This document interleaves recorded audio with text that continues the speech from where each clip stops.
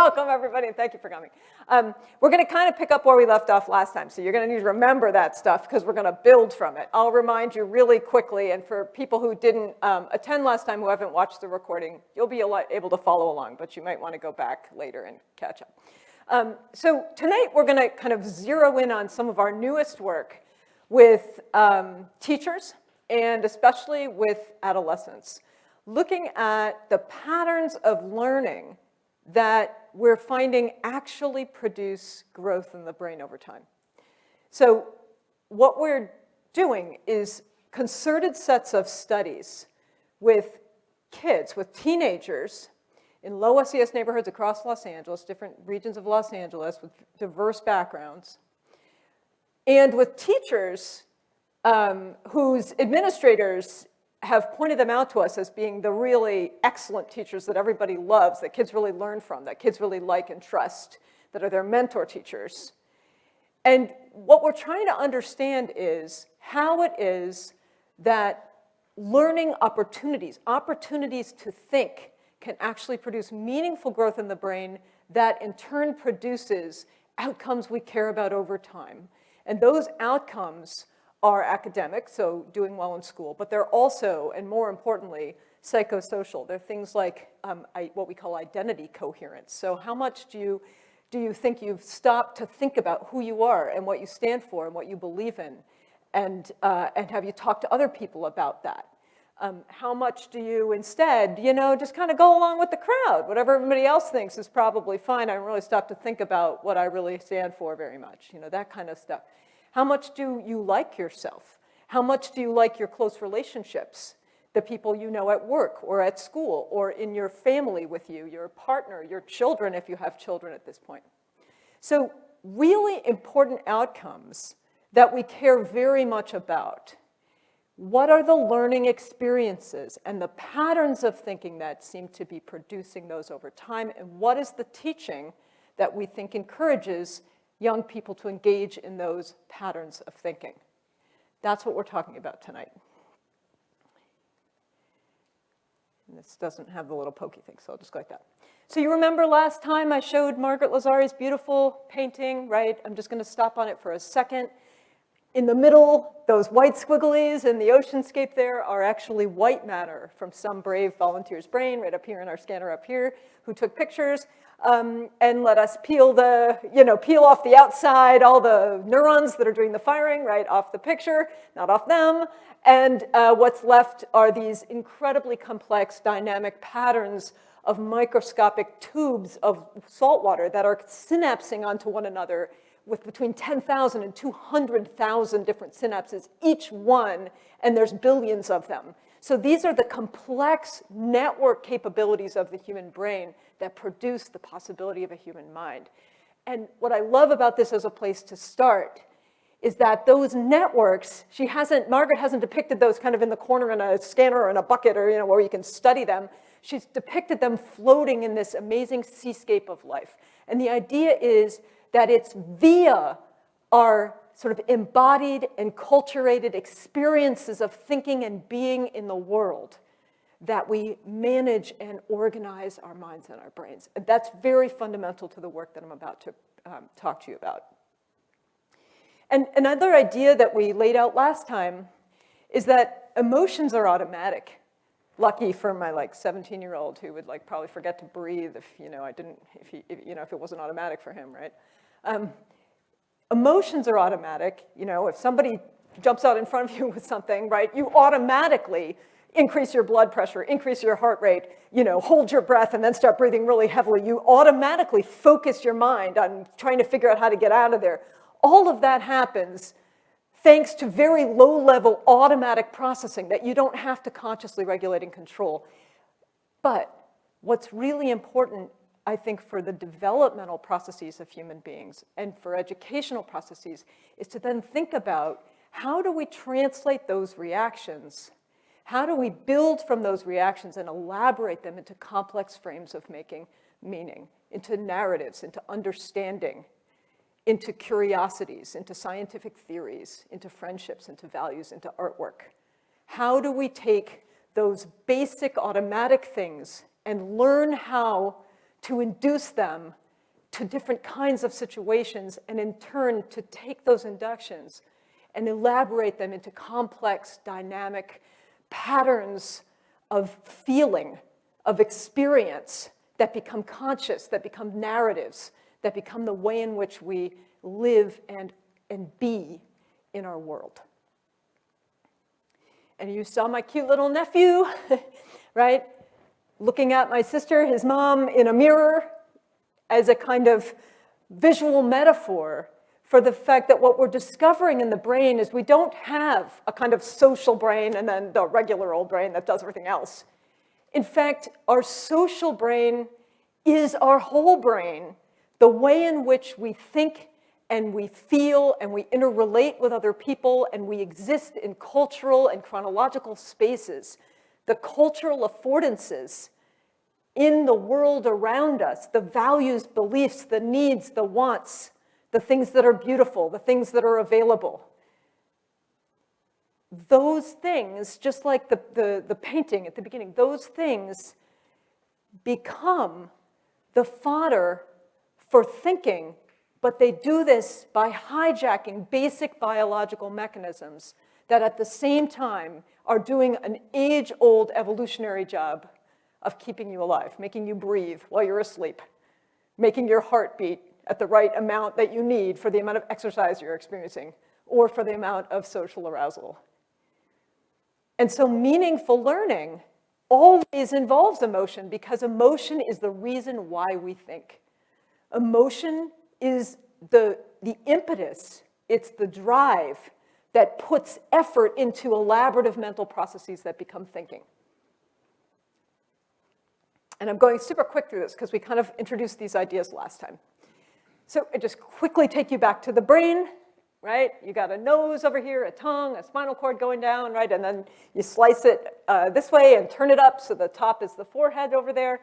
And the first experiments that we did to test some of these ideas involved us asking people to react naturally to very emotional, intriguing, true stories from people around the world. We basically showed them documentary films and asked them, how does this make you feel?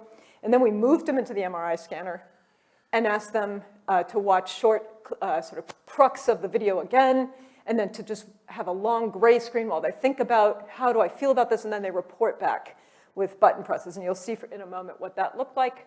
But I just want to remind you some of our main, what we call regions of interest, which always reminds me of like a crime novel or something, but the main regions we were interested in knowing when people are experiencing very deep, strong, meaningful, emotional thinking about something that they claim then and there matters to them, do we see different activity in systems of the brain that are involved in the management of consciousness, of survival, like how much you breathe and how you digest your lunch, how you actually kind of ramp up a sense of arousal to be able to manage yourself in the world?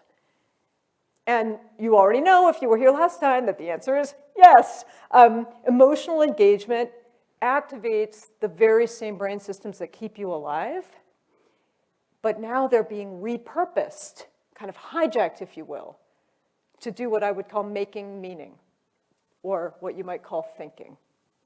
So we thought for a long time that our brain is kind of evolved in a sort of hat-like stacked manner, if you've heard of this triune brain theory idea, where there's like a, you know, like reptiles have a basic brain, and then on top of that is like an emotional brain, and on top of that is like a cognitive brain, and that's the really high-level stuff that we have so much of as humans that other animals don't have so much of, and that makes us do calculus, you know. And that is not how the brain turns out to be organized. Instead, and this makes a lot of sense when you think about our political climate, when you think about the relationships in kids' lives being so fundamental to what they learn how to do and who they learn how to become. Instead, what we're finding is that the very same systems that we share with alligators are also involved when you think about calculus, if you love calculus. They're also involved in deciding whether something's fair, if you really care about it, deciding whether something's beautiful or ugly, morally reprehensible or morally virtuous. And those systems, I'll just remind you in the brain where they're at. So this is just a statistical map, nothing like glows in your head, okay? This is a statistical map that we make by comparing the amount of blood flow that a person shows when they say, I'm feeling really deeply moved thinking about this right now. I'm deeply emotionally engaged with this right now, as compared to when they say, you know, it's not that interesting. I'm kind of done thinking about it. Okay, and unbeknownst to them, there were stories mixed in that were meant to be not that extraordinary, so that we could see some variation. And then we contrasted the two. Where's there difference in the brain when you're feeling really emotionally moved than when you're not? And then we take a whole bunch of people and we say, where is everybody pretty much showing the same pattern, and that's what this is? Okay? So it's really important to note, because later in the lecture, what I'm going to talk about is, where are people not showing the same pattern? Where are there differences? And how do those correspond to the potential for growth? And how do those differences correspond to psychological patterns of thinking that teachers could potentially learn how to notice and teach for? So what you have here, the brainstem way down low, I won't go way into it, but basically if you get damage down here in the bottom, we can't even keep you alive on life support. You very quickly become physiologically dysregulated and die. I mean, think how powerfully that speaks to the power of deep emotional thinking for changing how you are as a live being. And we have the anterior insulas. Anybody remember when Wilder Penfield pokes in the insula in the 1950s neurosurgery experiments? What happens? Nobody knows? Nobody wants to say. People vomit, or they get other kinds of gastromotoric, reactions, which we won't really describe in polite company. Right? This is the actual neural substrate of visceral somatomotor and somatosensation. It tells you when your heart's pounding, or when your heart's pounding with love. It tells you when you think something's unfair or morally reprehensible. You use it to love math if you're a mathematician. And we had the anterior middle cingulate, which is kind of the, center of the brain, right? But it's involved in all kinds of subtle ways in managing arousal and noticing something unusual in the environment so you can attend. It becomes specifically trained to do things like help you solve math problems and notice when you've made an error, or read and notice when you didn't really get that. You should go back and read it again. That little, oh, whoops, I didn't get that. Thanks to the anterior cingulate. It's also the region of the brain that we have shown, and others have shown, is very involved in experiencing emotional pain or trauma. And we have papers showing that this region of the brain gets progressively thinner the more our kids from Los Angeles who've been part of our, participated in our experiments, the more community violence they report having witnessed in their life, even if they're not a direct victim of that violence. And that region of thinning overlaps perfectly with the same region of thinning in soldiers deployed to war as ground troops in Afghanistan. Like, we actually put a figure in the paper showing, like, look, they're on top of each other in the brain. But, and this is where we're going to go today, we've talked about emotions. We've talked about being strongly emotionally engaged in the thinking process. But all emotional engagement is not created cognitively equal. There are ways of being emotionally engaged in thinking that our research is showing appear to grow the brain and appear to produce, via that brain growth, mental health outcomes, psychosocial outcomes, academic outcomes that we really value as a society. And it's going to have to do with this network that we really didn't get to talking about last week, called the so-called default mode network. So this is not a place in the brain, it's a sort of state of brain activity that heavily relies on particular regions being concertedly active and co-organizing one another and sort of communicating with each other and synchronizing their patterns of firing across characteristic regions down in the middle of the brain and on the side and the parietal lobes. And I'll just give you a little sense of how these were discovered before we look at some data. So Marcus Rakel and his colleagues at University of Washington, St. Louis in about 2001, they have a first paper using this term. They noticed that everybody was using this newfangled MRI basically to study all kinds of stimuli, right? You put somebody in the scanner, you show them pictures of kitties, and you show them pictures of their grandchild, and you show them pictures of dirty toilets, and you show them pictures of math problems and language and stuff, and they watched how people's brains reacted. And he got the bright idea with his colleagues to think, what if we put people in the scanner and we just ask them to think about nothing? Just relax, just think about whatever you want. Don't think about anything in particular. And of course, you have to have a control condition, right? You have to have something to compare it to see how the brain is changing itself in these different conditions of your experiment. So his control condition was what we call the NBAC task. For anybody who's been through like Psychology 101, it's this thing where this nasty task that like psychologists designed to test working memory capacity and focus, right? Where this thing is, you know, here's a picture of a house, then a dog, then a house, then well, I saw a house 2 times ago, right? And you have to keep like remembering and then updating your memory, and you have to super duper focus. And what they found was really quite a conundrum at the time. They thought if we asked people to go in the scanner and think about nothing, we would discover the brain's so-called default mode, what it does when it's not doing anything. And the default mode turned out to be the metabolically most expensive tissue in the entire human body. The core of that default mode, right below the letter D there, that piece of tissue, per unit size, per unit time, uses more glucose and oxygen than the same size piece of tissue in the middle of your thigh muscle uses per unit time in the middle of running a marathon. Wow, I know, I tell it to my kids, I'm like, thinking's hard. Keep going, right? How could it be, evolutionarily, that the most metabolically expensive tissues in the brain are super duper active when you're thinking about nothing, and then become profoundly deactivated when you start doing a really hard mental task?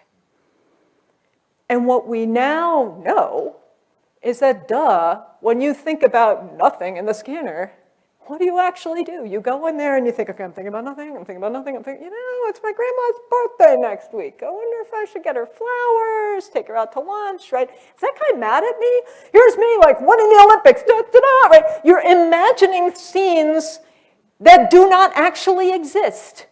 You are conjuring narratives and visions and stories and feelings in your mind that pertain to things that you are psychologically constructing.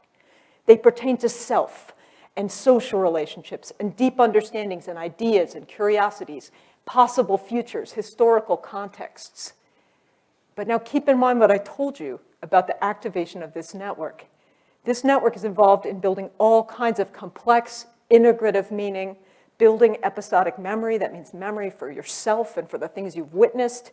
And also in human beings, it means memory for the things that other people have witnessed that you've heard about and imagined. The way in which you leverage your own capacities for imagination, for deep thinking, for idea generating, for art. Those things are originating in a network of the brain that is profoundly deactivated when you need to pay attention to the world around you. 1, 2, 3, all eyes on me, ding, goes my cell phone, right? You cannot, at the same time as you're playing in the middle of a soccer game, be, you know, musing on the, you know, the deep historical context of you know, girls' access to sports, right? You have to actually watch what's going on around you or the ball's going to hit you in the head. But you also need time, our research suggests, to be able to shift out of that mode. Let go of your outward vigilance. Feel safe where you are to build meaning of what you've been doing. And that's what our research is suggesting actually grows the brain over time. So, what I'm going to do right now is actually take you into 3 classroom scenarios, okay? These are scenarios that we used or gathered data from the teachers that we've been studying, all of whom are really, really good teachers who do a really good job and work really hard. But what we're finding is that some of them have more developmental knowledge about their young students' kind of trajectories toward deep thinking. And we're trying to understand from them what that really looks like. So what I want you to do now is I'm just going to play the first video clip. This is from one of our teachers. And it's subtitled because it's from a real classroom recording, so it's kind of hard to hear. It's subtitled, and I just want you to watch and ask yourself, how are the students here engaged?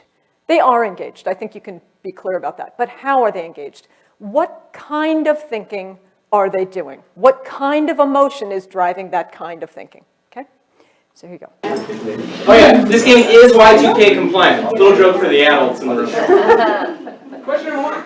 Where did the decentralized structure of the two major parties originate? A, with the 14th Amendment. B, popular opinion demanded decentralization. C, the federalist nature of the government. D, all of the above. Choose the best answer.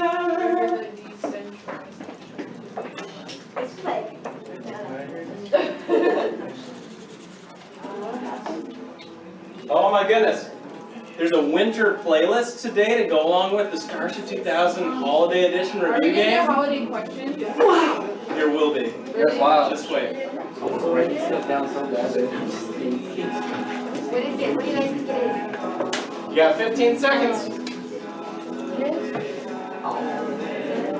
Hey, Eunice, you can't be. Talk to your group, Alex. He's doing it. He's doing it already. You wrote it on the second. And 5. And 4. And 3. And 2. And whiteboards up, everybody. Let's see those whiteboards. Elizabeth. You have to have it up. That was the first one, so I'll give you a little grace there. You too, Brianna. Gotta have it up. Oh no, that's great. I know. But for next time, right? Yeah. I mean, Bless you. Thank you. Bless you.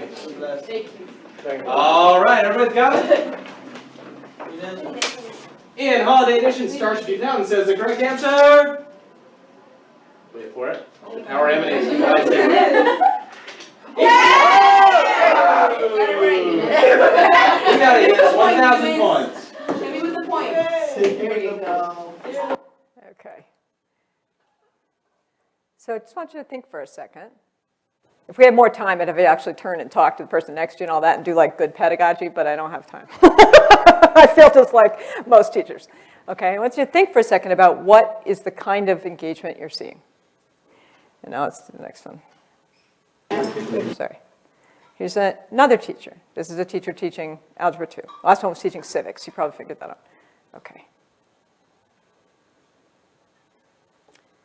The goal for today is being able to explain compound interest, because that goes back to them meeting their financial goals. The students did a lot of work on calculating retirement, mortgage, and college education costs. I had a financial planner come in to talk about financial planning so that they can understand how to become a financial planner for the families that they were helping. For days, they wrestled with their assigned family's financial situation and had to email back and forth to get more information and clarification. So on one side, they're looking at these very complex mathematical principles of exponential, and they have to switch that and make it conversational in a plan that a layperson can understand and not get caught up in the calculation. Cost of your home is $140,000 to the principal and interest, and that's going to be the payment to pay it off in 25 years. Okay. So there's something different about the quality of emotion and the quality of thinking accompanying that emotion that's happening here. Yeah? And I'm The goal for one more. the goal. Okay. This is an English language arts teacher. I like to make sure we cover the bases. This is not a content, like a disciplinary content thing. This is just in general, okay, across any area. So my goal today is to really get them to think about how they might go about coming up with an idea for a commentary. This is an So English brainstorming teacher. about what stories we all carry with us that are worth telling. You'll see on the board over here, we are going to be talking about 3 phrases that you are all going to answer based on your personal experience. People will often say to me, I don't have a story. That's not true. Everybody has a story. There's some really interesting things written up here. Let me read them out loud. I care about loyalty. I care about love. I care about making good art. I care about reforming the foster care system. Yeah, Helen? I like that one because I was in the foster care system. Tell us about, why'd you write that? I wrote it because I was actually born and raised in foster care, and school would be one that I want to change. I think it's a great tool for social engagement, for civic engagement, because we often have a perspective we want to share and we want other people to empathize with us. Okay. So, just really quick, what is the big difference between the first one? You notice there's a difference in the tenor of the room between the first one and the second and third one, yeah? What's the big difference? All the students are emotionally engaged, right? All of them are having a good time, really. Anybody? The pace. Competition, Both of those things are out here, right? How fast are we moving? Pay attention, like you're right? But they're not bad things. Those are not bad things, right? So Okay. So one way you could think about this, which you're kind of picking up on there, is that the learning happening in the second two scenarios, right? The teacher. Okay, so where was I? Is that the learning that they're doing in the second two classrooms, the emotion there arguably pertains not to what is happening right here, right now, and the outcome and the result, and hit me with the points, right? The emotion pertains to an idea. It pertains to an identity. It pertains to a possibility space in a way that in the first class, the emotion really doesn't. It pertains to what is happening right then and there. And that is the key.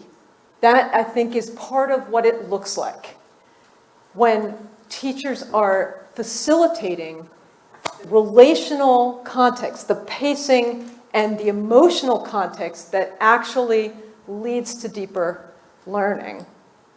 So let's look at what happens. So what I want to do now is show you just a few minutes from a clip from a Nova episode that came out a few years ago that featured our work, just so you have a kind of intuitive sense of what it looks like. You'll recognize the foyer upstairs, okay? And then we'll talk about the data. The science is quite, thinly represented in Nova. We'll go in a little more depth.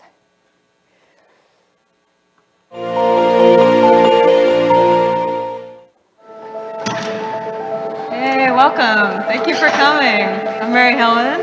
Nice to meet you. Since her days as a teacher, University of Southern California neuroscientist Helen Immordino-Yang has been interested in knowing how emotions factor into learning. I quickly realized that there was very, very little known about the kind of stuff that we really care about in education, like how people become inspired. How do we become interested in things? How do we build curiosity? And how can we support that process? In trying to identify which parts of the brain are involved in the deepest and most meaningful learning, Immordino-Yang works with teens from troubled neighborhoods. We're going to be watching stories. We really want to know what you think, so there's no right or wrong answers. These are kids who see a lot of crime, they see a lot of dangerous things, they see a lot of poverty. And we wanted to understand, how do they make meaning of that world around them? This first one is a story about a girl who lives in Swat, Pakistan. And the city was being taken over and basically run by a group called the Taliban. So I want you to watch her when she was 12 years old.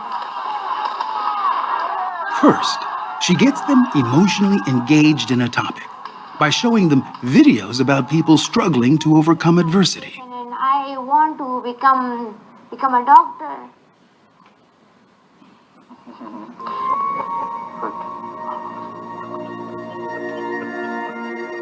So how does her story make you feel? This story makes me feel upset how she wants to be a doctor and continue on with her education, but it makes her sad that knowing her journey would be very difficult.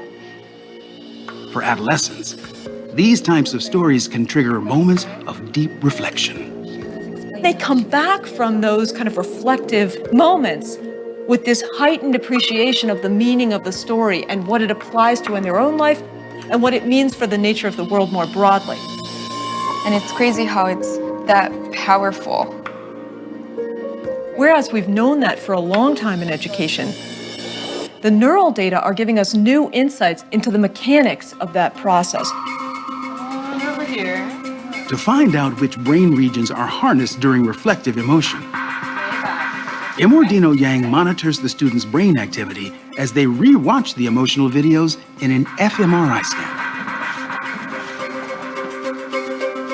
Hi, Estella, how you doing in there? Good. So we're looking at the movement of the blood flow in her brain as she's watching the stories, and where in her brain is becoming more and less active as she's experiencing these emotions. She found that the reflective thinking caused by these emotional videos triggers widespread activity throughout the brain. The most high-level brain states that people experience in the scanner don't just activate high-level systems, they also activate lower-level structures of the brain that are involved in regulating and monitoring your consciousness and your survival. Immordino-Yang believes that the reason why learning and emotion seem so intimately connected is because complex emotion, like admiration, can activate basic brain functions, like those regulating breathing and heart rate. We think that the reason that humans' values and belief systems and ideals are such powerful motivators is literally that they're hooking themselves into biomechanical machinery that has evolved to keep us alive over time. So emotions are a critical piece of learning always. Meaningful learning, learning that really matters to you, that changes who you are and that endures over time, always has an emotional component. Okay. So you get kind of an intuitive sense. And I let it run a little bit because you could hear the ideas again, right? Because this is really super quick paced in this two sessions, okay? What are you laughing at, Chris? Let's take a look at more of what Estella says because, what we've actually done here is put together some data to give you a sense of the kinds of things we're looking at in kids' answers. Estella obviously was a teenager who did these experiments, but then went on to work with us for a long time as a research assistant and then went on to college. And so she was figuring in the NOVA episode, but let's look at what kids say. So she says, this story makes me feel upset, how she wants to be a doctor, continue with her education, but it makes her sad knowing that her journey would be very difficult. And it's crazy how it's that powerful, right? You get the sense that the first part that's in yellow pertains directly to the immediate situation. She's making sense of the things she's learned directly by watching the video. But the word powerful gives a hint of something different, what we're going to call transcendent thinking. Thinking that transcends the context in which you learned it, that now becomes something broader, something bigger, something deeper, something that you can't directly witness by looking at the world, something that you need to construct mentally as a narrative or a story or a way of understanding or being or an identity. So she goes on to say, and this is what we see this shifting back and forth in this powerful learning between talking about the other person and then just like my little nephew with the mirror, you're building up your own state of consciousness to be able to think about the other person and the residual effect as you start reflecting on yourself. She says, it makes me think about my own journey in education and how I want to go to college and hopefully be a scientist someday. And even more, I guess what really hits me is how not everyone gets able to take this chance to go forward with their life and get an education or do what they want to do with their life. It's not right, right? She's now extracted a kind of moral or lesson or truism, something true about the world that she constructed mentally herself that was not told in the story. And she does this by engaging with the things she's learned from the world and then also stepping back and trying to make sense of them, which inevitably involves using your own self as a substrate for sense-making. keeping in mind, you know where this is going, the system that allows you to step back is the one that you need to feel safe. You can't be trying to watch who's around you, right? You have to be able to engage deeply with the people around you on a level of idea building, not on a sort of direct competition and not on a kind of watching out for yourself, either socially, culturally, or, heaven forbid, physically. And she says, she goes back again, I guess, yeah, when I think more, it makes me feel upset that others live in certain parts of the world where they don't want people to learn and they're trying to like hold them back, right? So she's not just upset about how she wants to be a doctor, which is a completely legitimate thing to be upset about. She's now upset that such a thing is even possible in the world. That's transcendence, okay? And her story like inspires me to like work harder so that I can prevent those things from happening maybe. So everyone, everywhere should have the chance. I mean, all human beings should be able to live free and choose their life future, right? What grander pronouncement could you possibly make than everyone everywhere, right?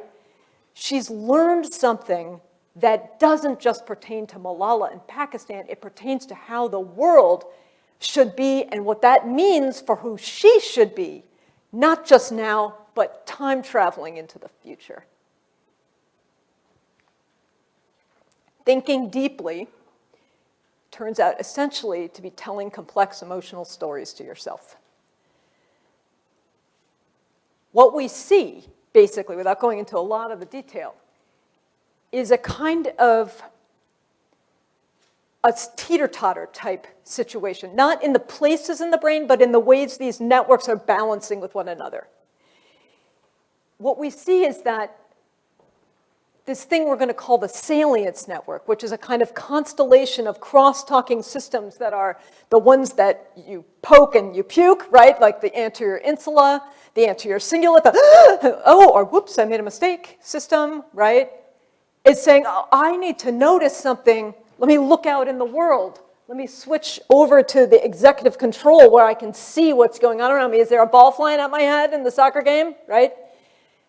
And then you go, wait, what really matters here? It's not actually what I see in the world right now. It's not this girl in Pakistan sad with her dad that she can't be a doctor. It's actually an idea that is way bigger than her or me, that is true about everyone everywhere. And that is what we think is this pivoting process that is literally appears to be building the brain. So here's what we see.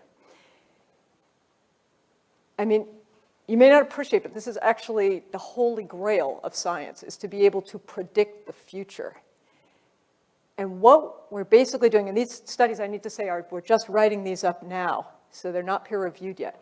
They've been peer-reviewed in poster form, but not in article form. We also measured kids' IQ, full-scale IQ, the full deal. Okay, we also asked them about their parents, and we talked to their parents, and we got information about their family's socioeconomic status and their parents' education levels. And by the way, all of them had at least one parent who had been raised to adulthood outside of the US, and this is representative of something like 14 countries in the sample, right? So these are very diverse culturally, these families. And what we find when we look at the kid's brain when they're first come to the lab, you know, they're in high school. And then we do it 2 years later. So they might be 15, 16 years old, most of them at the beginning, 9th and 10th grade, and then they come back 2 years later, whenever 2 years is for them. And we look at the change in the same kid from time 1 to time 2. Mary Helen comes in a lab and talks to us about how she feels about all these stories, and she goes in the scanner, lets us take pictures of her brain. At age 15, she comes back at age 17. How has Mary Helen's brain changed? And what predicts how Mary Helen's brain has changed is the degree to which Mary Helen engaged in this kind of complex, deep meaning-making during that interview, which, guess what, was not different by cultural group, was not related to family socioeconomic status, was not even related to IQ. And when we look at what IQ and SES explain in the brain, they explain something about the starting point, but they predict nothing about the growth over time. What predicts the growth over time is the way kids think. And I just misspoke. That's not strictly speaking true. IQ predicts cortical thickness. This is how thick the brain is going to be in these regions in the medial temporal lobe here, which basically are involved in super quick factual memory, semantics, that kind of stuff, retrieval of word meanings, all that kind of thing. IQ does predict that. But it's transcendent thinking and curiosity that predicts all these other regions. You recognize the insula. You'll have heard of the frontal cortex if you haven't been under a rock and have read any kind of science magazine in the last 15 years, right? This is all the medial stuff. And transcendent thinking actually predicts the growth in not just the crosstalk, which I haven't shown you because I can't really show it in a figure form, but the ways that those default mode and executive control networks actually talk to each other when the kid's just laying there resting for 7 minutes in the scanner. It predicts the increases in that connectivity. It predicts the increase in how well those regions of the brain are like trading off with each other back and forth. So it's the kid just laying there thinking about whatever they want. Again, it doesn't predict the amount, it predicts the increase, which is really important.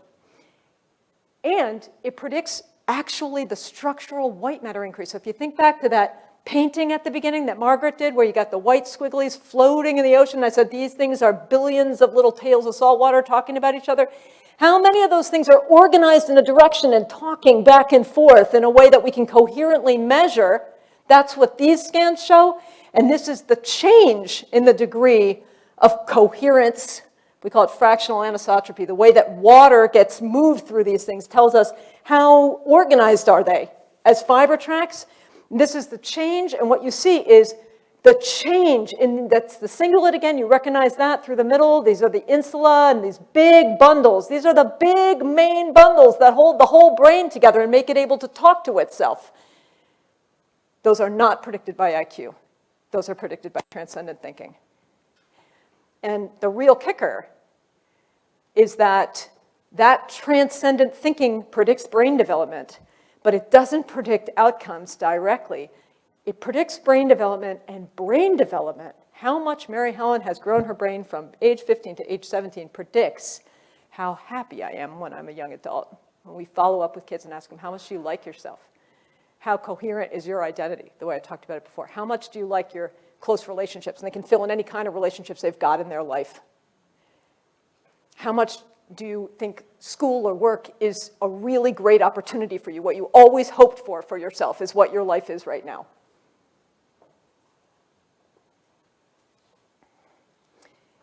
So I want to take us back for a moment and think, what does this mean for the way we think about kids and learning opportunities and the design of curricula?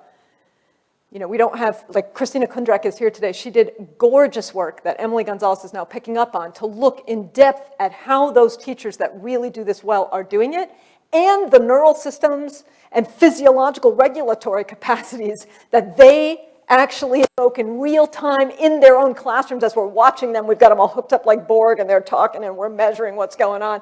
And we find that these teachers who are really, really great at helping people move into that space are also the ones who have developed certain physiological regulatory capacities that are specific to the teaching context. Not in general. They're not a certain kind of person in general. When we put them in the lab up here and we have them sit quietly in a room with their eyes closed and we take baselines of their heart rates and all that, they're not different. The only difference is the baselines we take when we put them in their own classroom and say, your kids are coming in, class starts in 3 minutes, can we get a quick baseline? Then those baselines predict the kid's experience of learning in that class. So, like just at a big level, what does this mean for things like emotional well-being or character development?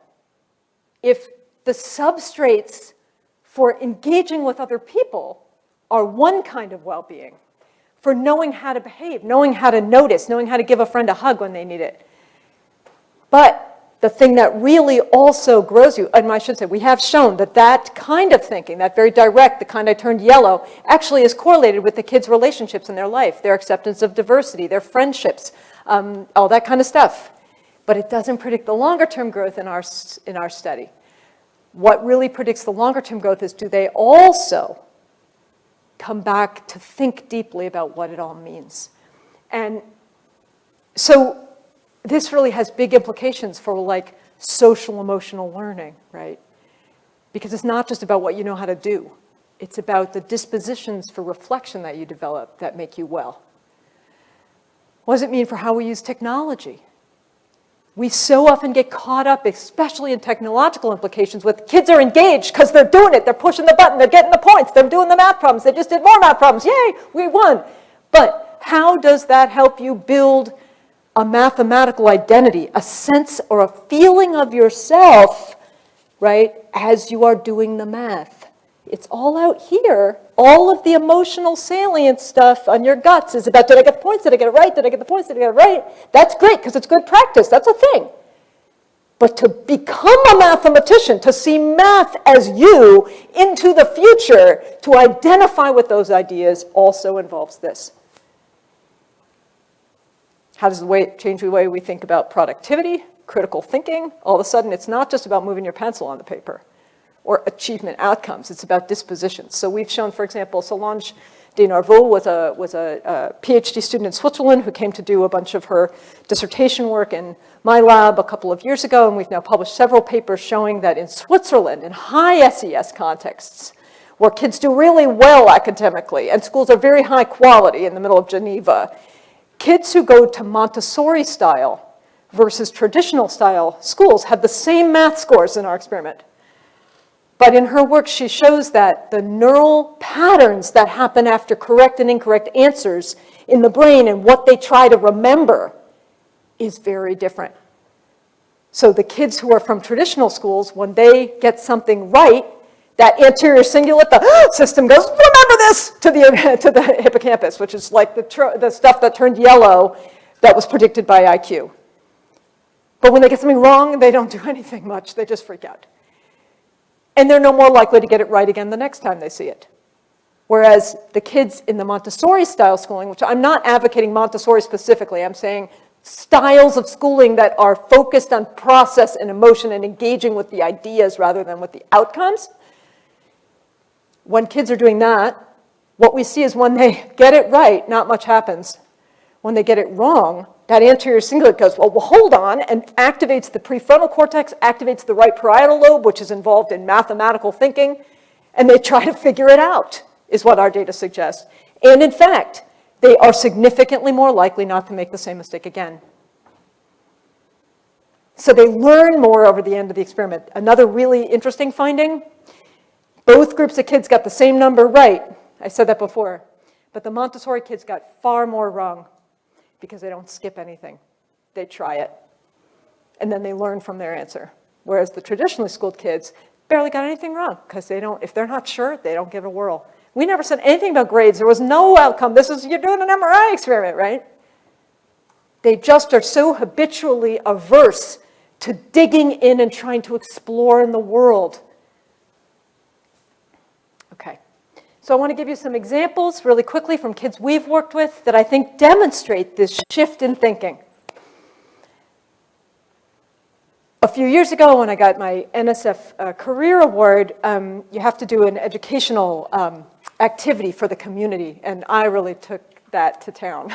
I did much more than what you're really supposed to have to do. But we went into the community, we put up flyers in the poorest neighborhoods around Los Angeles, and we organized a science summer camp, a neuroscience summer camp for 20 kids to come to USC. We paid for everything. The NSF paid for everything.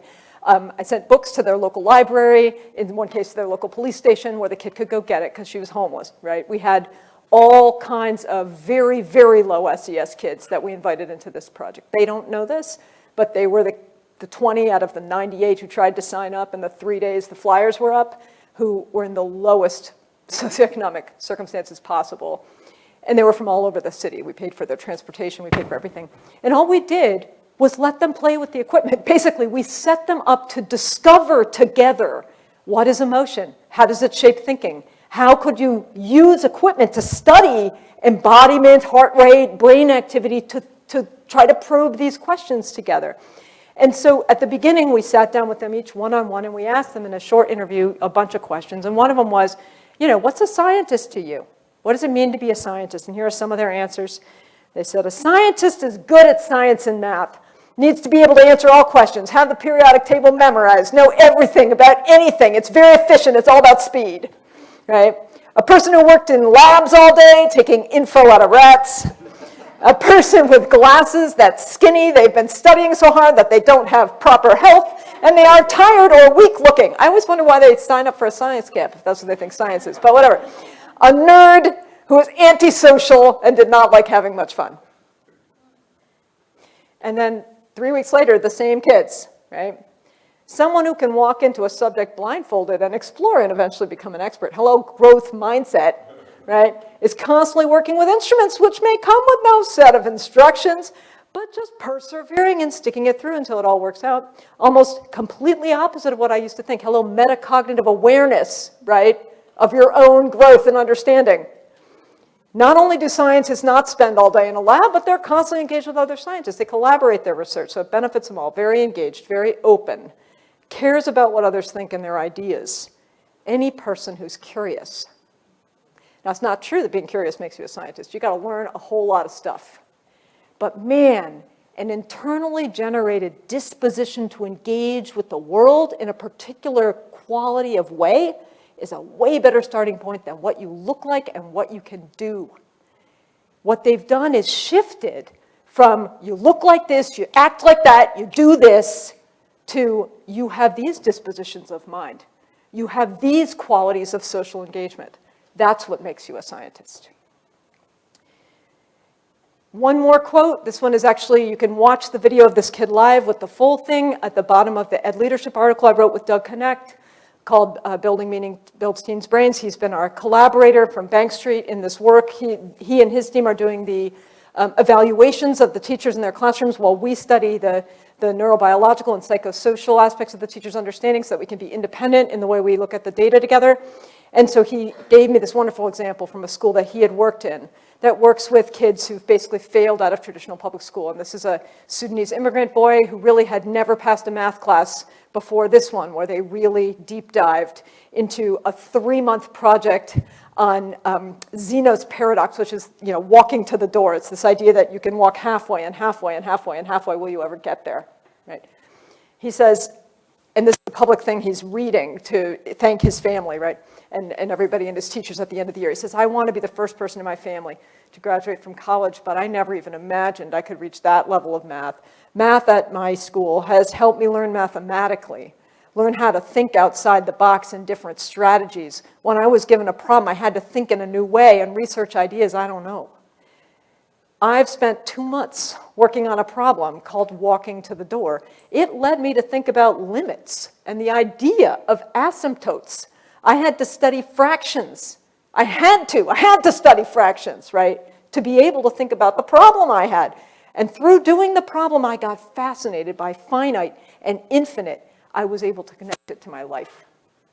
Really, kid? Really, Sudanese immigrant? Finite and infinite connects to your life, right? What does it mean for content to be relevant? I think, and this is a theory, and we're working on it, okay? When you do this and you think, what's going on? Let me do it. Fractions, I got to do fractions. Can you help me with that? Because this idea of infinite, wow, that's a powerful idea.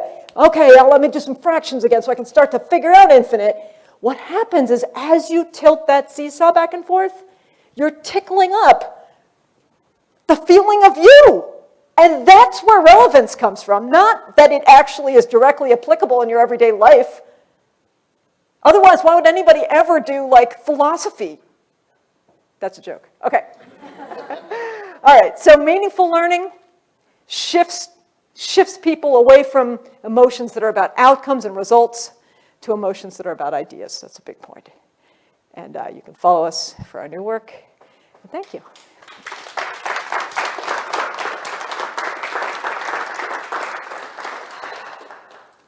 One of those kids is mine. Okay.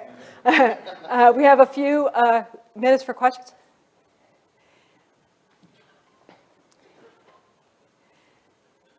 Nobody has any questions. Oh, sorry, it's got a question. I have a question because you have mentioned this video, because you have mentioned the videos. You and the children will watch the video, and he will feel opposite, and he thinks he need to prevent this situation from happening. and then she came up with that everyone will able to be free and have time, have chance to achieve their future. So I'm wondering, what if the student they just said I'm upset? How can teacher to trigger their transcendent thinking? Yeah.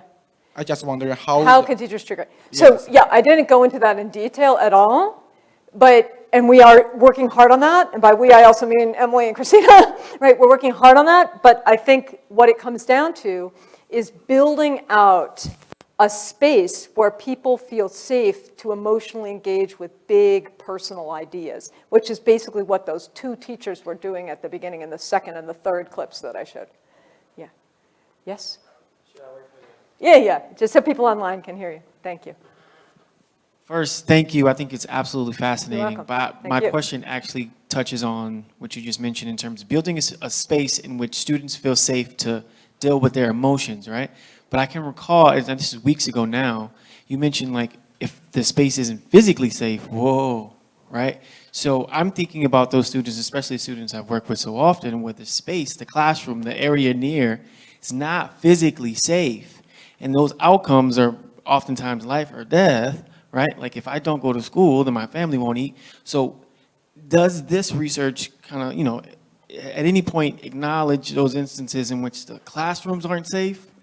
Yeah, I mean, that's so heartbreaking and so absolutely common, right? It's so many places, and we're working now with schools like Pedro and I had collaborated on a study with New Village Girls Academy, which aims to provide a safe space for girls who've experienced severe trauma, right? We're working with them. We're working with Erin Whalen and the Da Vinci Rise Academies that do the same thing in several high schools across the city now. We're expanding the project. I can't, one person can't do everything, but what I can do is try to help lawmakers, policymakers, community members, and school leaders appreciate the importance of that emotional safety as a prerequisite for being able to actually teach yourself dispositionally to engage in deeper thinking. Yeah, that's what I can do. And then we also have to really, really work hard to improve the conditions, because it's not just impossible, it would be dangerous and stupid to sit and muse about philosophy in the middle of a battlefield, right? You must be in a place where it's conducive to that kind of thinking, and that needs socially, culturally, and physically to that kind of thinking in order to be able to do this. But then the flip side of that is what our research suggests is because, and we don't know this yet, but this is a suggestion, because the same brain regions are involved in trauma that are also involved in learning math, right? And reading, like I said at the beginning, that thing, right? That potentially that's one of the reasons why trauma and how trauma is actually shaping the learning process, not just making it so you can't or can learn, but changing the nature of the learning itself once you engage in it, right? But what it also suggests is we know the brain is deeply shaped and changed and grown over time by the ways in which you use it, right? Which is one of the things our research has showed, but many other kinds of research has shown that in the psychiatric literature and other kinds of literatures too. So the thing is, what if being able to help kids move into a space where it's safe to think about mathematical infinity and whatever becomes a way for them to build a world of space that's safe for them to kind of transcend within. So school content, I mean, this is given that the school itself is safe, right? But the school content and the classroom can become a safe haven where kids develop these dispositions, potentially.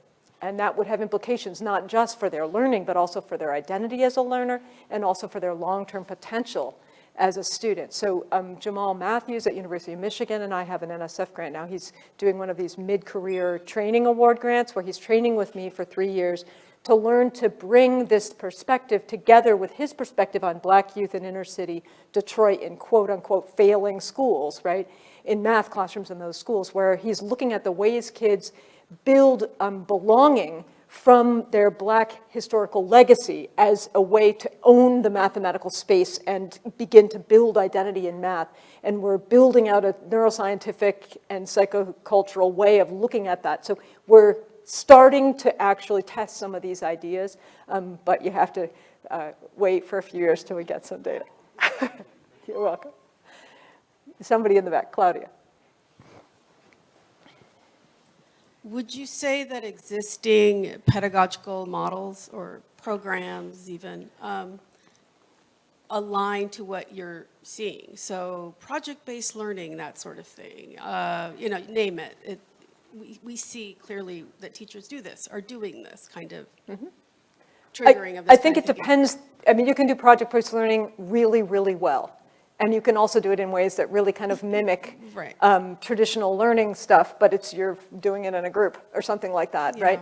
So it really, and also, conversely, you can do lecture-based learning really, really well too, if the kids are set up to need it, right? It's like, okay, we've done all this work on the lead in the soil around our homes that, Pedro talked about at the beginning and all that.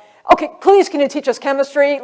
Just tell us, wait, what's an atom again, right? And then you can sit down and they can start lecturing because you have a need to know. And then that becomes something that could be the most efficient way to get that information to you. The difference is we don't set it up well, right? There's no need to know this stuff. When kids ask you, why do we need to know this? That is an alarm bell telling you you haven't set it up well, right? Because it's very difficult to learn things that you can't place into a big story that becomes the story of you and how you think about the world. And what happens is you might be able to learn it in a really small, narrow story, right? Like, poor Malala in Pakistan, that makes me so sad, she can't be a doctor, right? Oh, physics equations, I can do them on this test, I can do it right now, because if I don't, I'm gonna fail, and I have a lot of emotion about that, right? But does that ever become part of how you think about the world? When you go out into the natural, big dynamic world and nobody's telling you, here's what matters, here's what you need to figure out. Do you call that up naturally? Is that a part of who you are? And what the data suggests and what the theory really suggests is the answer be no. Yeah, I guess I'm thinking the translational next step of the work.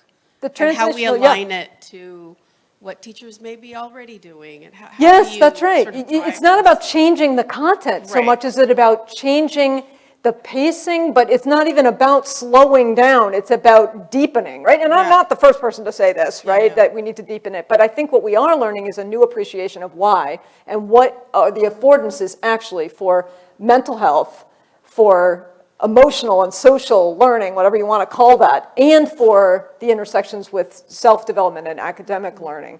We're getting a new spotlight to shine into that problem, which many people have already been talking about as being a really important one. Indeed, thank you. Yeah, sure, thank you. I think we're pretty close to 5 o'clock. I'm getting the signal up there. I'm not sure what it means, but I think it means shut up now. All right, thank you.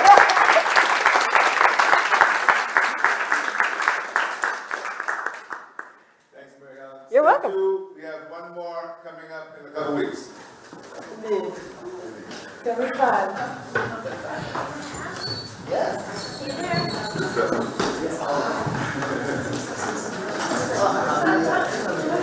Mary Helen. Yes. Good job. Thank you. See you soon. Okay. Thank you.